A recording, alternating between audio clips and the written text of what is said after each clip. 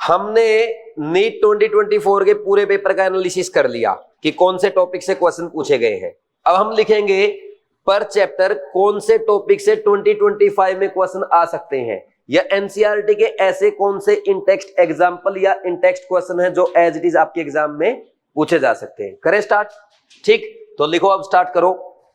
अपना batch start होने से पहले मैं लिखवा रहा हूं, और जितने मैं लिखवाऊंगा ना आपको, जितने भी लिखवाऊंगा 60, 70, 80, उनमें से 30, 35 क्वेश्चन एज इट इज आएंगे। सबसे पहले कौन सा है? Mole concept. इसमें मुझे उम्मीद है मोलरिटी, मोलैलिटी, और एक काम करो ना यार, कंसंट्रेशन टर्म ही लिख लो, नहीं तो मैं सॉल्यूशन में लिखवाऊंगा। यानी जैसे कोई भी कंसंट्रेशन टर्म है, मोलरिटी है, मोलैलिटी है, नॉर्मलिटी है, मोल फ्रैक्शन है, पार्ट्स पर मिलियन है, नॉर्मलिटी है, वेट बाय वेट परसेंट है, वेट बाय वॉल्यूम परसेंट है। इसका एक क्वेश्चन 101% नेक्स्ट टाइम आएगा, थियोरेटिकल आ जाए, न्यूमेरिकल आ जाए। लिख लो इसके ऊपर डॉक्टर और अपना name, concentration term. Next, law of chemical combination. मैं पिछले साल भी बोल रहा था इसका क्वेश्चन आएगा, लेकिन नहीं आया। इस बार आएगा match the column, most probably, most probably बोला मैंने, पक्का नहीं बोल सकता। स्टोइकियोमेट्री का क्वेश्चन आ सकता है, पिछले साल आया था वैसे। एवरेज एटॉमिक मास और मॉलिक्यूलर मास, जिसमें वो रहते ना आपके एएमयू वगैरह भी दे रखा है, वो आ सकता है। एटॉमिक स्ट्रक्चर पे आ जाओ। एटॉमिक स्ट्रक्चर में तुम्हारे है ना 2024 के दोनों पेपर में भर भर के बोर मॉडल आया है, हाइजेनबर्ग अनसर्टेनिटी प्रिंसिपल भी आ गया, ठीक, और क्वांटम नंबर भी लगभग आ गया है। तो अब आप लिखो, इसमें एक तो वो आ सकता है, सबसे पहला लिखो जो शुरू के टॉपिक है, जिसमें आपके ना डिस्कवरी ऑफ इलेक्ट्रॉन, प्रोटॉन, एक तो वहां से कैथोड रे से, एक फोटो इलेक्ट्रिक इफेक्ट लिखो, एक प्लैंक क्वांटम थ्योरी लिख लो, प्लैंक क्वांटम थ्योरी। और इसके अलावा और कौन से टॉपिक है? हाइड्रोजन स्पेक्ट्रम लिख लो, de Broglie, de Broglie concept ना, वहां से भी आ सकता है। और एक लिखो आप, तीसरा साल है जो बात अभी मैं बोल रहा हूं, लिखो नोड से, नोड एंड नोडल प्लेन, या शेप ऑफ ऑर्बिटल लिख लो। ये टॉपिक एनसीईआरटी में shape of atomic orbital, shape of atomic orbital में नोड एंड नोडल प्लेन भी कवर हो जाएगा, ठीक है। Next, thermo. थर्मो में सबसे पहले लिखो डेल्टा जी, डेल्टा जी लिखा। Next, state function, path function. उसके बाद लिखो हैस लो, HESS, हैस लो, लेवसियर एंड लाप्लास लो। हीट ऑफ फॉर्मेशन, इसके ऊपर लिखो डॉक्टर और अपना name, heat of formation, doctor और अपना नेम, 100% आएगा ये क्वेश्चन। नेक्स्ट, इसके बाद है heat of solution,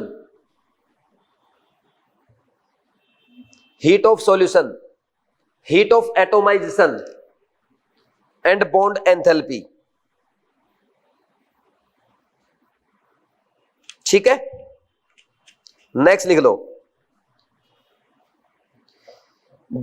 redox reaction में डिस्प्रोपोर्शनेशन का क्वेश्चन आ चुका है काफी बार। अब एक तो वो लिख लो टाइप ऑफ रेडॉक्स रिएक्शन, जैसे वो पूछ लेगा कि इनमें से किस टाइप की रिएक्शन है। डिस्प्रोपोर्शनेशन तो एक ही टाइप की है ना, बाकी 3 टाइप बचे, उसमें से आ सकता है एक तो। दूसरा लिखो बैलेंसिंग ऑफ रेडॉक्स रिएक्शन, 101% आएगा। बैलेंसिंग नहीं आया इस साल, पिछले साल आ चुका है वैसे, लेकिन इस साल नहीं आया है। नेक्स्ट, केमिकल इक्विलिब्रियम में तो मोस्टली आ ही गए। मुझे उम्मीद है ली चैटलियर प्रिंसिपल के जो एक्सपेरिमेंट एनसीईआरटी में दे रखे हैं, ली चैटलियर प्रिंसिपल के 2-3 एक्सपेरिमेंट है एनसीईआरटी में, लिख लो Le Chatelier principle, question and experiment, वहां से आ सकता है। और क्या आ सकता है केमिकल इक्विलिब्रियम में? है कोई टॉपिक ऐसा? मुझे तो याद नहीं आ रहा। नेक्स्ट, आयनिक इक्विलिब्रियम में लिखो पीएच, कैलकुलेशन ऑफ पीएच का क्वेश्चन आ सकता है। Ionisation of acid and base, वो आते ना आपके अल्फा के ए, alpha equal to K A upon C under the root, आता ना फॉर्मूला, उस फॉर्मूले का क्वेश्चन आ सकता है। Ionisation of acid and base, alpha equal to K A upon C under the root, उस फॉर्मूले का क्वेश्चन आ सकता है। बफर सॉल्यूशन और सोल्यूबिलिटी, यानी केएसपी का क्वेश्चन आ सकता है। बफर सॉल्यूशन, सोल्यूबिलिटी, केएसपी का क्वेश्चन आ सकता है, केएसपी सोल्यूबिलिटी प्रोडक्ट। नेक्स्ट है chemical kinetics,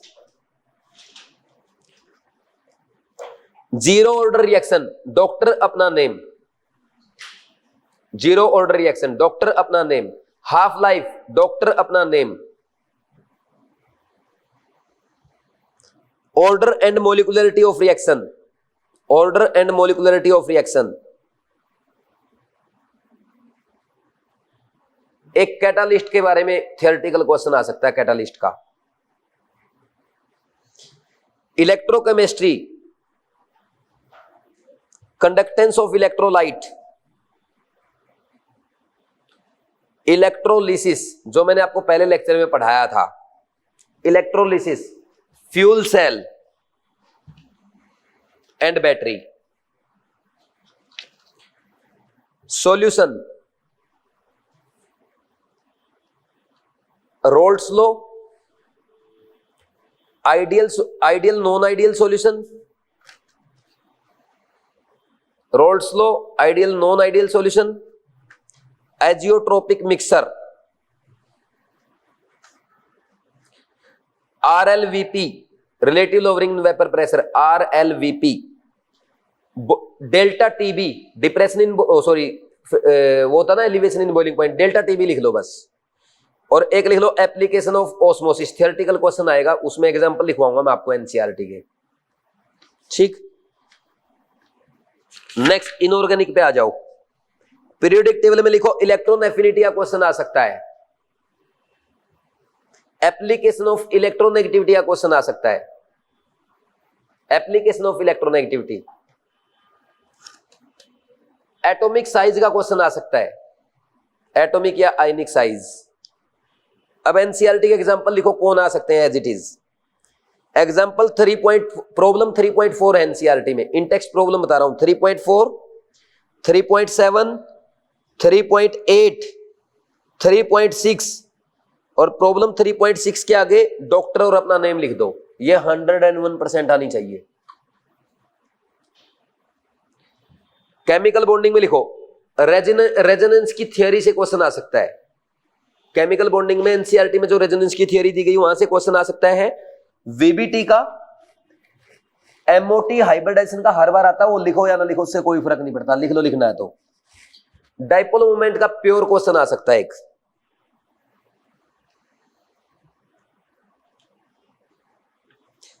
next class 11 P block और क्लास 12 पी ब्लॉक के आगे लिख लो, उसमें टॉपिक ही कितने हैं, जनरल इंट्रोडक्शन, इलेक्ट्रॉनिक कॉन्फ़िगरेशन और वो इंक्रीजिंग डिक्रीजिंग ऑर्डर। जो इस बार आ गए वो नहीं आएंगे, नेक्स्ट ईयर वाले आ जाएंगे, वो पूरा ही पढ़ लेंगे। ठीक, उसको लिख दो, कंप्लीट इंपॉर्टेंट है। 2 से 3 क्वेश्चन लिख दो, उसके सामने आएंगे। डी एंड एफ ब्लॉक में लिखो आप कैटालिटिक प्रॉपर्टीज, थियरी है ये सारी। Catalytic property, interstitial compound, alloy formation,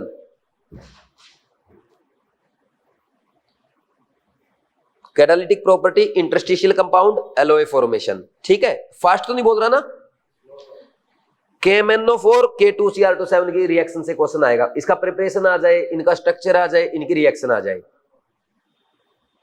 और एक क्वेश्चन लिखो तुम,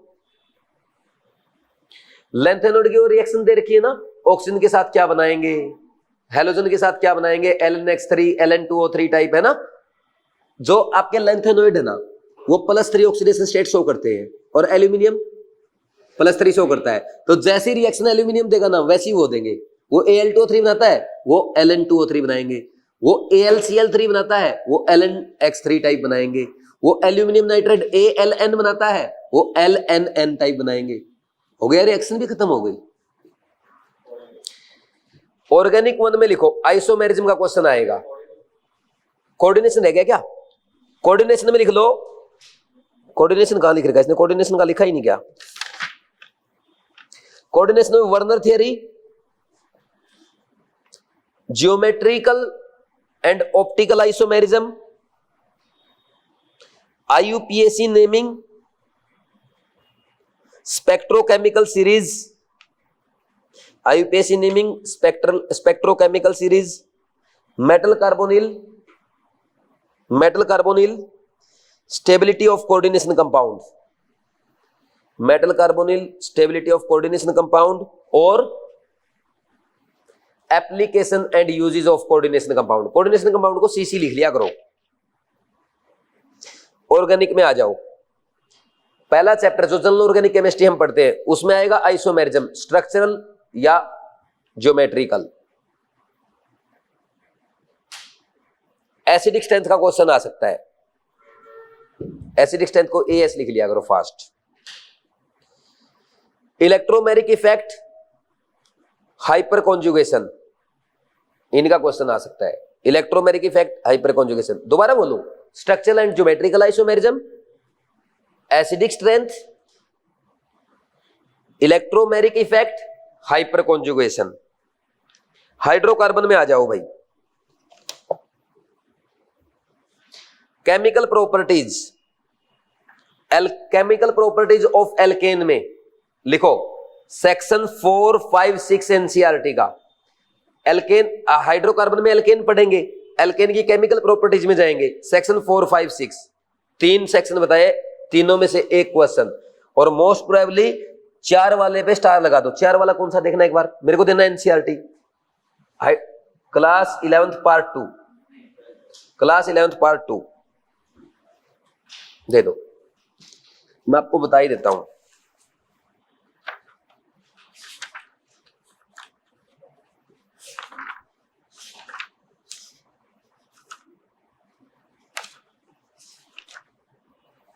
ये कंट्रोल्ड ऑक्सीडेशन जो है ना, इसमें 4 रिएक्शन है।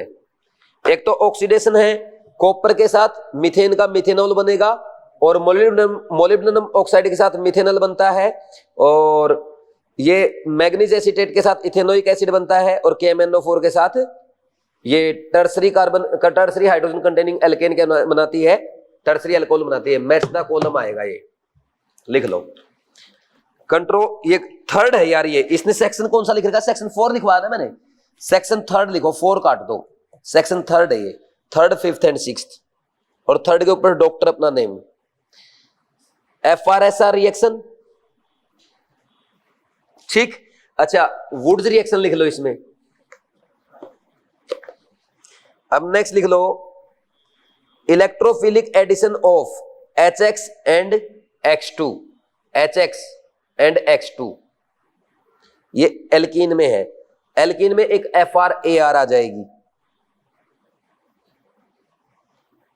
ठीक है।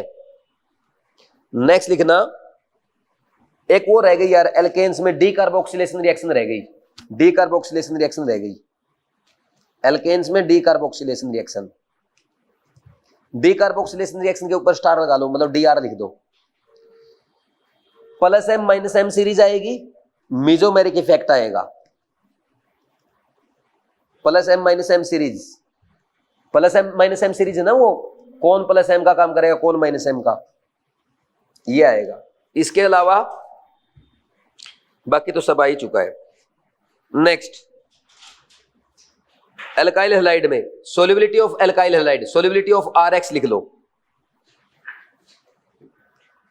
ठीक। असर्शन रीजन आएगा यहां से, ठीक। एग्जाम्पल 10.5 के ऊपर डॉक्टर अपना नेम लिख दो। एल्काइल हैलाइड में एग्जाम्पल 10.5, मतलब 5th एग्जाम्पल चैप्टर। भाई आपका 10.5 जरूरी नहीं, क्योंकि आजकल नई एनसीईआरटी आ गई, तो उसमें हो सकता है वो चैप्टर 9th हो, मतलब एग्जाम्पल 5 हो गया ना 10.5 का मतलब, ठीक। इसके अलावा Sandmeyer reaction, Fittig reaction, Sandmeyer reaction, Fittig reaction, Wurtz Fittig reaction, और क्लोरोफॉर्म का एक थियोरेटिकल क्वेश्चन आ सकता है, मे बी, ठीक। रिएक्टिविटी ऑफ अराइल हैलाइड मैंने पहले ही लिखवा दिया ना, ठीक है। नेक्स्ट, एल्कोहल में लिखो, जो एनसीईआरटी में IUPAC नेम दे रखे हैं ना फिनोल के, जैसे उसमें ऑर्थोक्रिसोल का, कैटिचोल का, उनमें से एक क्वेश्चन पक्का आएगा इस बार। जैसे क्रिसोल के और कैटिचोल के नेम IUPAC नेम पूछे जाएंगे। इस बार जेईई मेन 2024 में आया है। Reaction with Grignard reagent, reactions of phenol, phenol की सारी रिएक्शन इंपॉर्टेंट है, लिख लो। नेक्स्ट लिखो commercial preparation of methanol and ethanol, ये थियोरेटिकल पॉइंट है। Commercial preparation of methanol and ethanol, Williamson ether synthesis,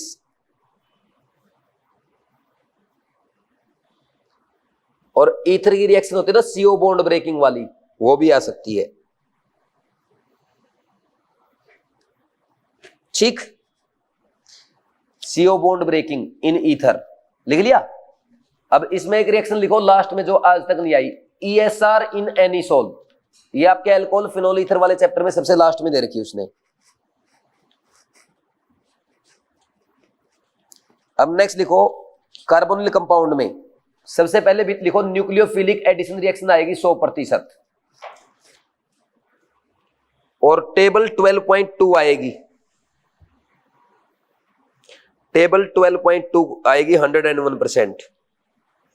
next लिख लो डाइबल एच की रिएक्शन आएगी, डाइबल एच की रिएक्शन आएगी। एक को लिख लो रिएक्शन डाइबल एच होता ना रिडक्शन में काम आता है। एक वो आएगी असाइलेशन नहीं, reaction of acyl halide, RCOCl लिख दो ना ऐसे, ये लिख दो इसकी रिएक्शन ग्रिग्नार्ड इसके साथ, ग्रिग्नार्ड रिजेंट के साथ। बाकी इसमें ना वो भी है, ये रिएक्शन लिख लो बस आप, ये आ जाएगी। अमाइंस में आ जाओ, रिएक्शन ऑफ नाइट्रो कंपाउंड पहले लिखवा दिया था, reduction of nitro compound. Hinsberg reagent लिखो, Hinsberg reagent. ESR in aniline, यानी इसमें सारी आ जाएगी bromination, nitration, sulphonation of aniline, bromination, nitration and sulphonation of aniline, ये तीन ही रिएक्शन है ESR में। सेंडमेयर रिएक्शन, डाइज एक HbF4 की रिएक्शन डाइएजोटाइजेशन में, HbF4। एग्जाम्पल 13.5, बस अमाइंस हो गया। बायोमोलिक्यूल्स पे आ जाओ, hormones, amino acids, structure of maltose, lactose, sucrose, structure of maltose, lactose, sucrose, starch and cellulose. बस अब प्रैक्टिकल केमिस्ट्री में मैं बताऊं आपको, लगभग उसने सारा कवर कर लिया है सही देखा जाए तो। देखो प्रैक्टिकल फिजिकल केमिस्ट्री में उसने खास क्वेश्चन नहीं पूछे। प्रैक्टिकल फिजिकल केमिस्ट्री में 12th के तो हाथ ही नहीं लगाया, लेओफिलिक एंड लेओफोबिक कोलॉइड के हाथ नहीं लगाया, उसने kinetic study of iodide ion के हाथ नहीं लगाया। तो ये दो टॉपिक इंपॉर्टेंट हो गए, और बाकी जो बचे हैं ना वो इजी है। रेडॉक्स टाइट्रेशन लिखो एक प्रैक्टिकल फिजिकल केमिस्ट्री में, रेडॉक्स टाइट्रेशन ये आ सकता है, 100% आ सकता है। और यार प्रैक्टिकल ऑर्गेनिक केमिस्ट्री में तो देखो लगभग सारे आ चुके हैं, सारी चीजें आ चुकी है। न्यूमेरिकल लिख लो, आएगा एक न्यूमेरिकल आएगा क्वांटिटेटिव एनालिसिस का, प्रैक्टिकल ऑर्गेनिक केमिस्ट्री का न्यूमेरिकल। और एक आपने क्रोमेटोग्राफी और वो लिख ही लिया होगा, क्रिस्टलाइजेशन, ठीक है। जेल्डाल मेथड, ड्यूमास मेथड लिखना चाहो लिख लो, बाकी आते ही रहते हैं। जेल्डाल मेथड एंड ड्यूमास मेथड ये लिख लो। नाइट्रोजन का एस्टिमेशन लिख लो, एस्टिमेशन ऑफ नाइट्रोजन, ठीक है। यार सही बताऊं ना, पूरी प्रैक्टिकल केमिस्ट्री इंपॉर्टेंट है क्योंकि 8 क्वेश्चन आए हैं, लिख लो पूरी इंपॉर्टेंट है, क्यों चक्कर में पड़ना है, ठीक। अब प्रैक्टिकल केमिस्ट्री में लिख लो, ये बुक इंपॉर्टेंट है, ठीक है भाई। तो अब एक काम करना, सुनो मेरी बात। अभी तो मैंने आपको ये बोला था कि जो इस क्लास में आना चाहता है आ सकता है, नहीं आना चाहता कोई बात नहीं, क्योंकि हम एनालिसिस कर रहे थे, हम अपना आगे का प्लान कर रहे थे, हम ये देख रहे थे कि एग्जामिनर की थिंकिंग क्या, वो हमने देख लिया। अब नेक्स्ट क्या है, 3 जून से आपकी फर्स्ट क्लास स्टार्ट हो रही है। 3 जून से फर्स्ट क्लास में बिल्कुल बेसिक से स्टार्ट करूंगा, बिल्कुल जीरो से। व्हाट इज केमिस्ट्री यहां से स्टार्ट करूंगा। What is chemistry, what is matter, what is atom, what is molecule, what is compound, ये पढ़ाऊंगा। व्हाट इज मोल, इतना इजी स्टार्ट करूंगा बिल्कुल जीरो से। मैं ये मान के पढ़ाऊंगा कि आपको कुछ भी नहीं आता, हालांकि ये सच हो सकता है, ठीक। तो मोल कॉन्सेप्ट का पहला लेक्चर होगा, तो मोल कॉन्सेप्ट की एनसीईआरटी आपको लेके आनी है, ठीक। इसके साथ क्वेश्चन बैंक आपको क्लास में उसी दिन मिल जाएगा, ठीक। और एक काम देखो, 3 जून से स्टार्ट करेंगे और 180 लेक्चर्स में 30 जनवरी तक सिलेबस कंप्लीट कर लेंगे, ठीक है ना। तो जो दोस्त नहीं आए उनको बता दो, ठीक। क्लास में जो मैं पढ़ाऊंगा सारी क्लास अटेंड करो, सारे टेस्ट अटेम्प्ट करो। इसके अलावा आपका जो डाउट आता है डायरेक्ट मेरे से पूछो। और जो दोस्त आपके घर बैठ के प्रिपरेशन कर रहे हैं उनको क्या बताना है कि भाई यही लेक्चर आपके रैंकर बैच में, कौन से बैच में, रैंकर बैच में बीवाइज ऐप पे 11 जून से आ जाएंगे, ठीक। और इनका सिलेबस हम 4 फेब तक कंप्लीट कर देंगे। फिर सबके पैरेलल ऑनलाइन और ऑफलाइन वालों के मेजर टेस्ट एक साथ कंटिन्यू करेंगे, ठीक है। तो आप ये मान लो चाहे ऑफलाइन वाले हैं या ऑनलाइन वाले हैं, आपके पास 3 महीने रिवीजन का टाइम बचेगा। मुझे बताओ कौन सी कोचिंग ने आज तक आपको 3 महीने का रिवीजन का टाइम दिया है। और ये मान लो गॉड की ब्लेसिंग से भाई बीमार की दिक्कत नहीं आती है, तो मेरा जो सिलेबस है हर बार एक दिन पहले कंप्लीट हो जाता है। पिछली बार मैंने 31 जनवरी टारगेट रखा था, 30 जनवरी को हो गया था। अब एग्जामिनर ने प्रैक्टिकल केमिस्ट्री ऐड कर दिया, वो मुझे अलग से पढ़ानी पड़ी, उसके लिए तो अलग दिन चाहिए ना। और उम्मीद है इस बार भी शायद एक दिन पहले कर दूं, लेकिन फिर भी आप 2, 3, 4 दिन कम ज्यादा मान के चलेंगे, क्योंकि भाई इंसान बीमार पड़ सकता है, प्रॉब्लम आ सकती है, ठीक, कोई जरूरी काम आ सकता है, ठीक। तो ये आपका सिलेबस रहेगा और आपको ना बस क्लास आना है, बाकी काम मेरा है। मैं कैसे प्रिपरेशन कराऊंगा, तुम्हें मार पीट करके कराऊंगा, तुम्हें समझा के, डरा के, धमका के, तुम्हारे घर वालों को बुला के, वो मेरा काम है। 2nd सैटरडे और 4th सैटरडे ये छुट्टी रखेंगे। ये इसलिए रखी है ताकि मैं आप लोगों से बात कर सकूं, भाई किसकी क्या प्रॉब्लम चल रही है। क्योंकि अपना टारगेट इस बार ये है कि ज्यादा से ज्यादा बच्चों के 180 कराए जाए। जैसे इस बार है ना, किसी भी बच्चे के ऑफलाइन है या ऑनलाइन है 140 से कम मार्क्स मुझे सुनने को नहीं मिले अभी तक। तो नेक्स्ट ईयर हमारा ये टारगेट रहेगा, ऑफलाइन हो या ऑनलाइन, किसी बच्चे के 160 से कम नहीं आने चाहिए। और मोस्टली 170, 175, 180 आउट ऑफ 180 वाले चाहिए। और 180 लाने पे आईफोन दूंगा 1 लाख रुपए तक का, बढ़िया सेट दूंगा, ठीक। और बताओ कोई प्रॉब्लम है तो, ठीक है। तो जो अभी गायब हुए ना आज और कल में, उनको बता देना ये बात कि आना शुरू कर दो अब, ठीक है भाई। Thank you.